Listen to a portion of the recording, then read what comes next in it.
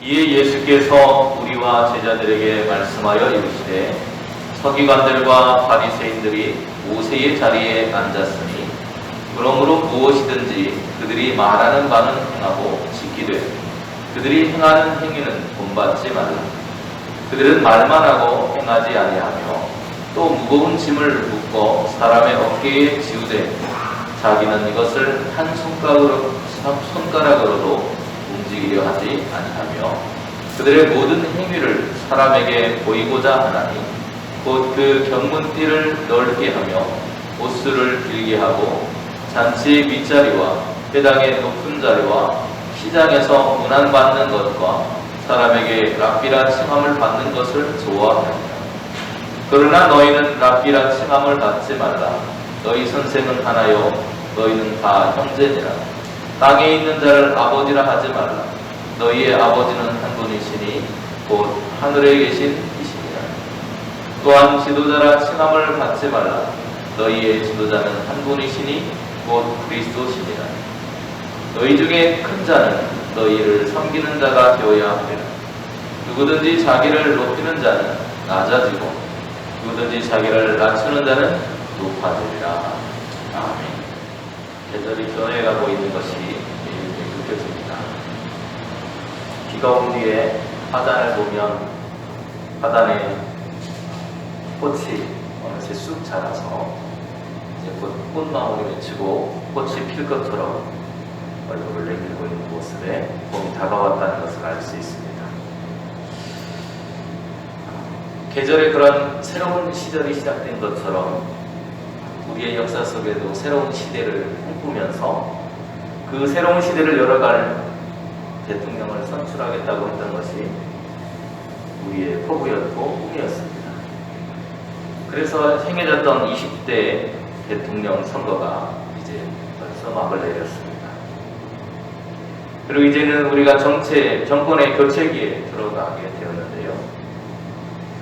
새로운 당선자는 인수위원회를 구성했고 또 정권을 인수할 절차를 진행하고 있는 것 같습니다.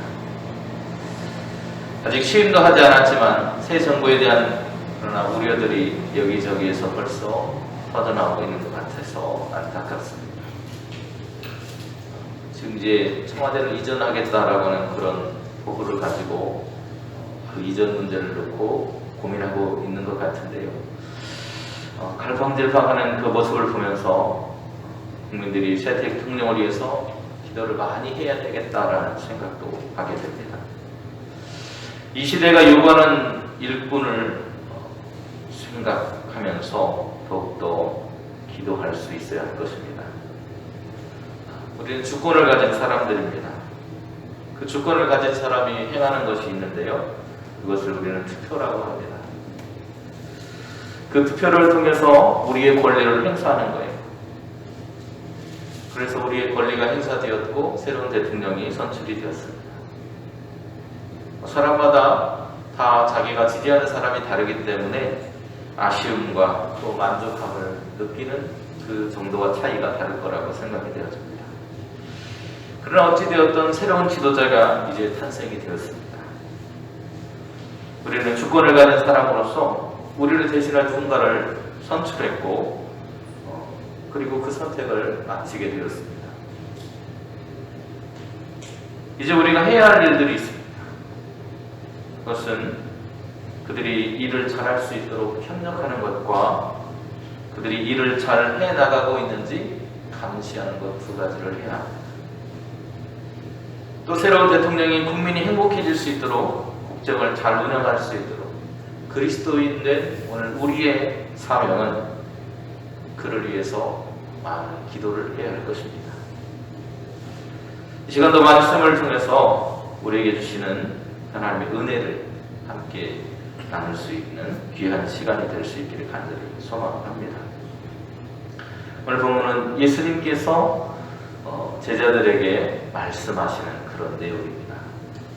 23장은 39절로 되어져 있는데요. 유대 종교자들이 예수님을 죽이려고 하는 그런 음모를 펼치게 되고 그 지도자들에 대해서 예수님께서 7가지의 책망 화가 임할 것에 대한 이야기를 들려주시는 내용으로 되어져 있습니다. 오늘 우리가 함께 하나님의 말씀을 읽었는데 하나님께서 이스라엘을 회복하시기를 원하시면서 그들에게 요구하셨던 것들이 있습니다. 이사야서에 보면 그들이 악을 떠나야 된다라고 말씀합니다. 그리고 고린도후서 11장에서도 바울의 편지 속에서 바울은 고린도의 성도들이 지혜로운 자가 되기를 소망하고 있습니다. 이렇게 말하고 있어요. 너희는 지혜로운 자로서 어리석은 자들을 기쁘게 용납하는 누가 너희를 종으로 삼거나 잡아먹거나 빼앗거나 스스로 높이거나 뺨을 칠지라도 너희가 용납하는 거다. 나는 우리가 약한 것 같이 욕되게 말하노라. 그러나 누가 무슨 일에 담대하면 어리석은 말이나마 나도 담대할 것이다. 자기의 사도권에 대한 이야기를 꺼내는 사람들에게 여러분이 하는 그 행동들이 정당하지 못하다라고 하는 이야기를 들려주고 있습니다. 악은 하나님께서 미워하시는 것인데 그 악을 쉽게 용납하면서도 자신에 대해서 쉽게 판단하는 사람들에 대해서 바울은 그들에게 책망하고 있는 것입니다. 악한 삶에서 떠나라고 말씀하시는 하나님의 말씀, 악한 삶을 버리고 옳은 길을 배워가면서 살아가야 한다고 촉구하시는 하나님의 말씀이 들려지고 있습니다. 악에게 잠식당하면서 살아가는 것이 아니라 늘 그 악을 경계하고 신앙의 길을 벗어나지 않고 신앙의 정도를 걸어가려고 애써야 한다고 말씀하고 있는 것입니다. 자신의 신앙을 지키는 것에는 여러 가지 방법이 있을 것입니다. 우리가 걸어가는 길을 지키는 방법도 여러 가지인 것처럼 우리의 신앙을 지키는 것도 여러 가지 방법이 있을 거예요. 그런데 오늘 본문은 우리에게 주님의 말씀을 들려줌으로 인해서 우리 자신에 대해서 바르게 인식해야만 우리의 정도를 걸어갈 수 있다고 말해주고 있습니다. 여러분 잘 들으시는 말 중에 이런 말이 있을 거예요. 초심을 잃지 말아라.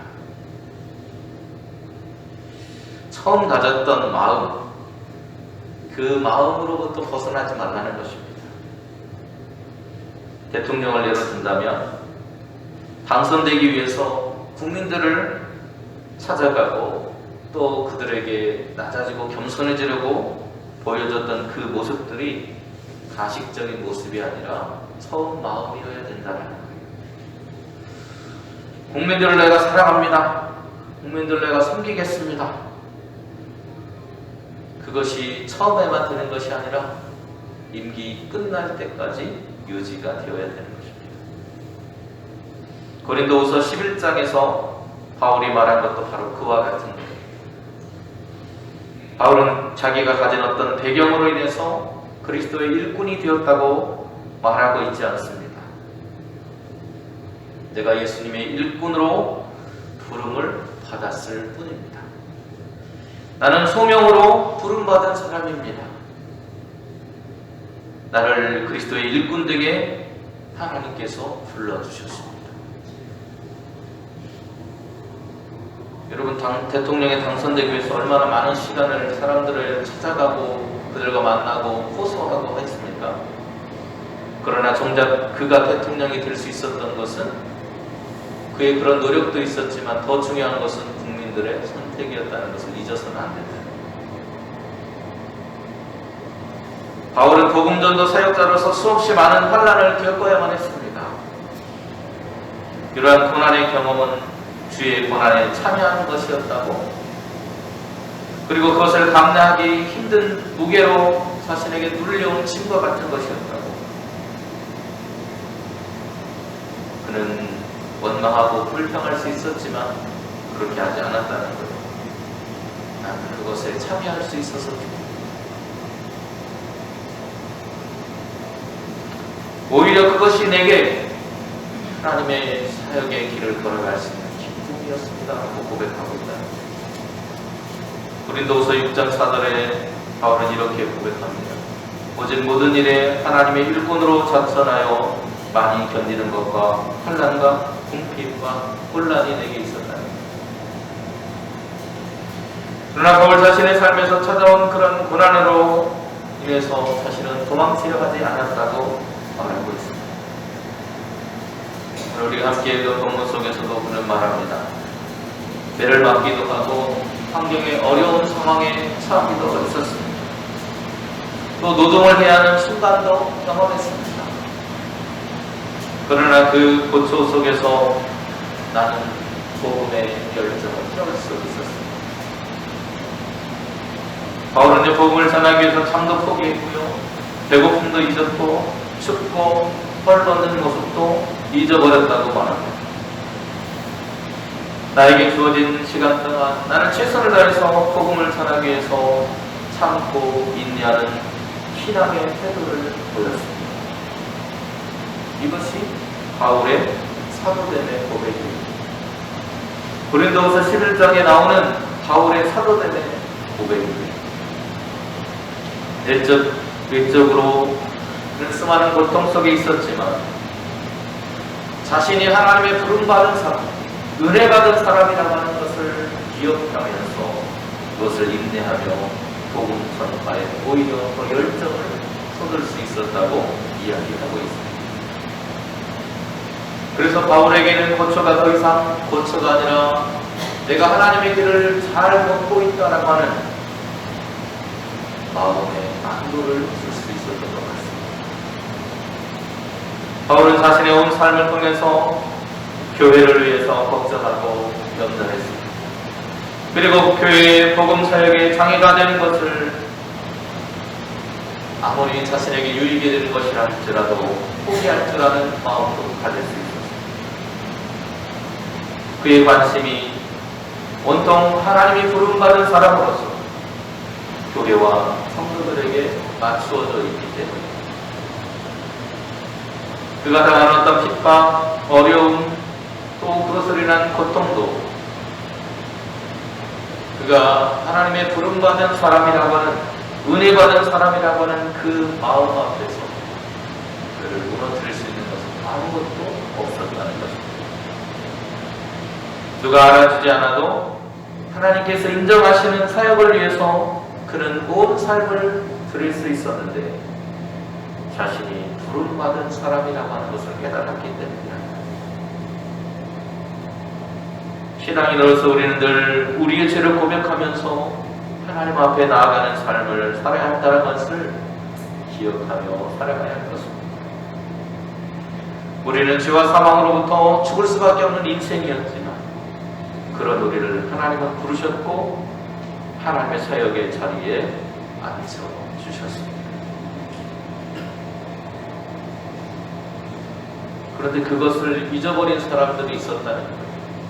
그 부르심에 대한 잊어버림을 가지고 살아가는 사람들을 오늘 마태복음 23장에서는 이렇게 표현하고 있습니다. 서기관과 바리새인들.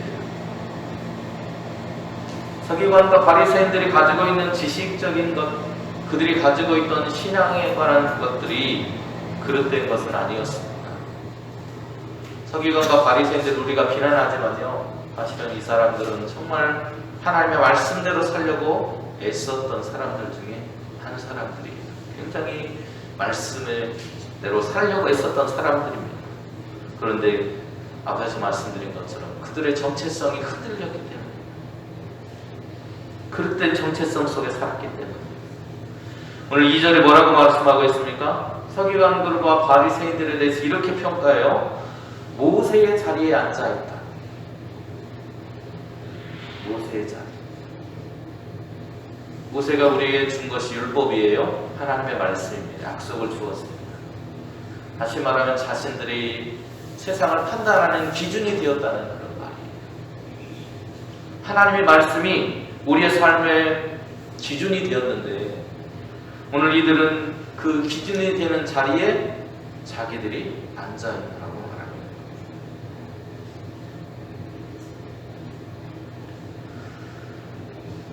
이것을 다른 말로 해보면 교만해졌다고 말할 수 있을 것 같아요. 교만해진 그들의 마음속에 사람을 향한 사랑과 긍휼의 마음은 이미 사라져 있다는 것입니다.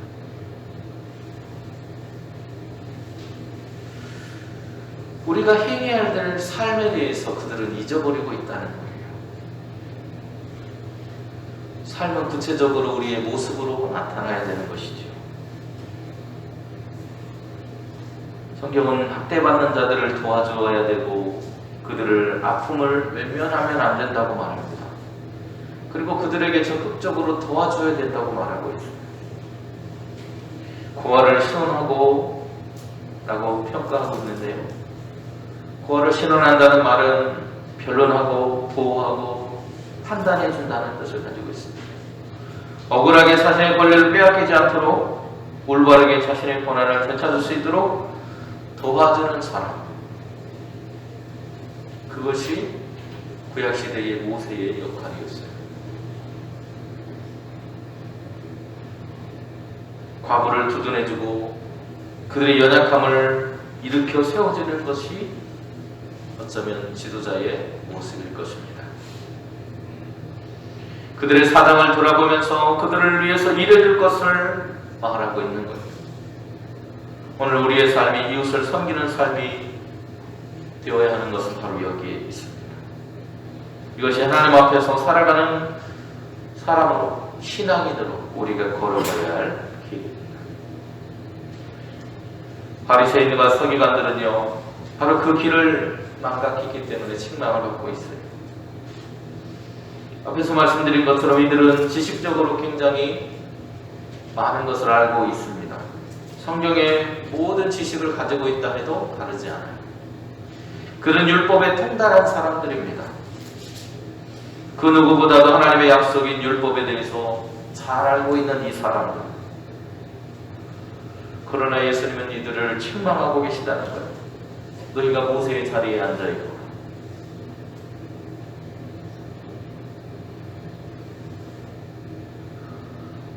누구보다 뛰어난 지식과 그리고 하나님의 말씀에 대한 열심을 가지고 있었지만 그들의 아는 것과 삶은 괴리를 보이고 있었다는 겁니다. 그들이 아는 삶의 모습과 그들이 정말 행하는 삶의 모습은 전혀 다른 길을 걸어가고 있었다는 겁니다. 그래서 예수님께서 3절과 7절에 책망하시죠. 그러므로 무엇이든지 그들이 말하는 바는 행하고 지키되 그들이 하는 행위는 본받지 마라. 그들은 말만 하고 행하지 아니하며 또 무거운 짐을 묶어 사람의 어깨에 지우되 자기는 이것을 한 손가락으로도 움직이려 하지 않아. 그들의 모든 행위를 사람에게 보이고자 하나니 곧 그 경문의 띠를 넓게 하며 옷수를 길게 하고 잔치의 윗자리와 회당의 높은 자리와 시장에서 문안받는 것과 사람에게 랍비라 칭함받는 것을 좋아한다.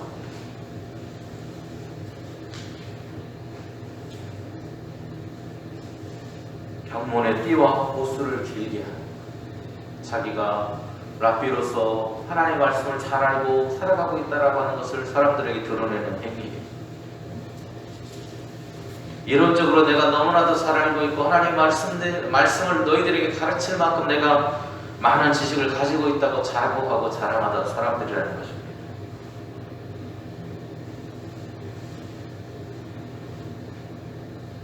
그래서 사람들에게 자기가 가진 지식을 자랑했고요. 시장이나 이런 데 가면 그들이 나타나면 사람들이 머리를 조아려서 선생으로서 대우를 해줬습니다. 그런데 그들은 그거에 취했던 것 같아요. 자신들의 알을 통해서 사람들을 평가하고 책망하고 비난하기 시작했다는 것입니다.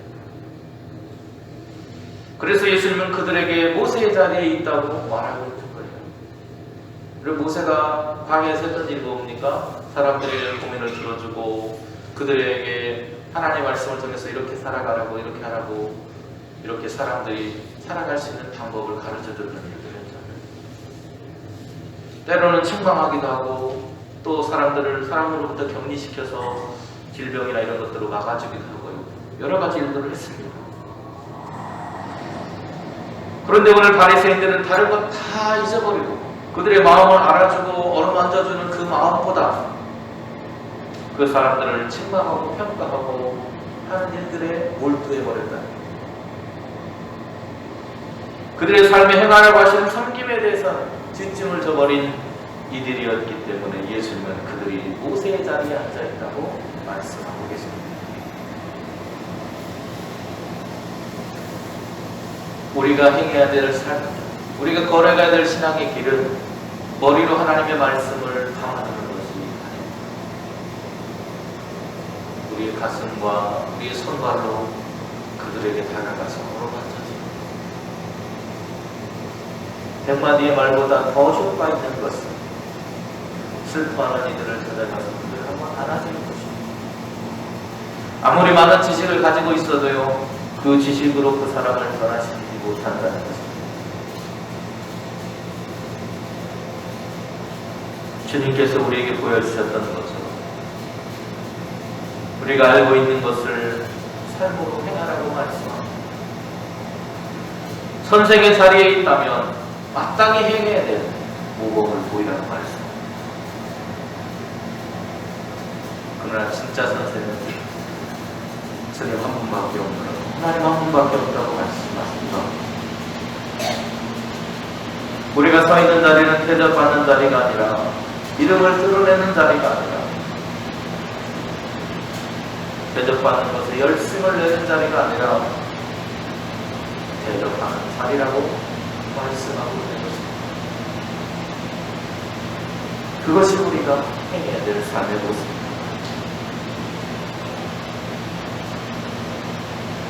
이사야 선지자는요, 이스라엘 백성들이 하나님 앞에 순종하는 삶을 살 것을 요청하면서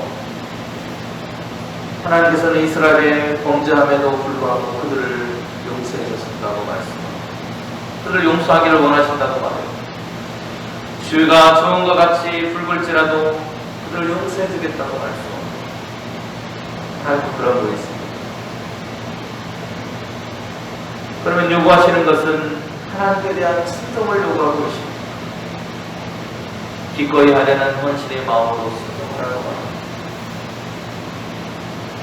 우리가 좋은 것을 먹을 수 있습니다.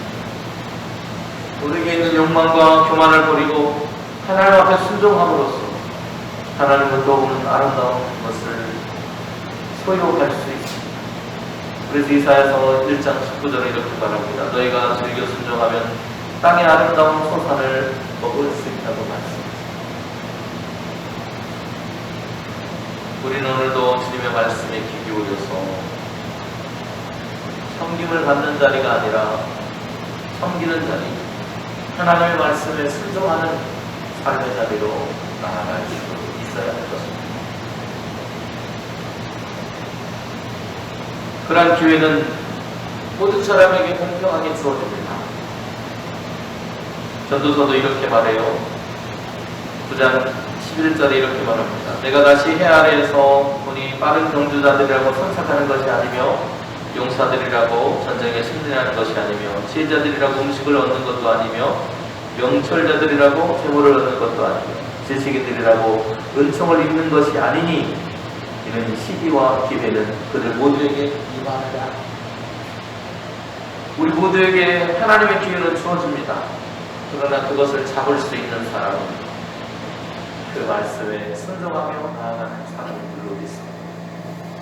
겸손히 낮아져서 하나님 말씀 앞에 살아가는 오늘 우리의 모습을 통해서 하나님은 이 시대를 변화시킬 하나님의 일꾼으로서 우리를 선택하셨음을 기뻐하게 되실 것입니다.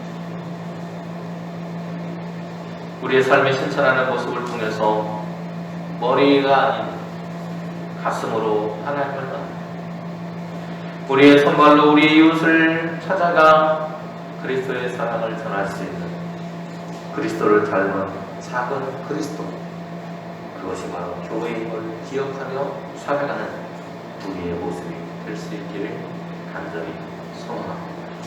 주님은 오늘도 우리에게 말씀하십니다. 너희 중에 큰 자는 너희를 섬기는 자가 되어야 하라. 누구든지 자기를 높이는 자는 낮아지고 누구든지 자기를 낮추는 자는 높아진다. 기도하시겠습니다. 우리를 하나님의 일꾼으로 부르시고 세워주신 하나님, 그 일꾼들이 함께 모여 교회로 모였습니다. 하나님, 우리의 모습이 대접받고 섬김받는 모습이 아니라 주님께서 우리에게 보여주셨던 그 삶의 모습대로 낮아지고 겸손해지는, 그리고 하나님의 말씀을 머리가 아닌 우리의 삶을 통해서 실천하고 하나님의 자녀답게 살아가는 교회임을 세상에 선포할 수 있도록 은혜를 베풀어 주시옵소서. 우리 영산교회가 그러한 교회가 되기를 소망하고 한국교회가 그러한 교회가 되기를 원하오며 예수님의 이름으로 기도드립니다.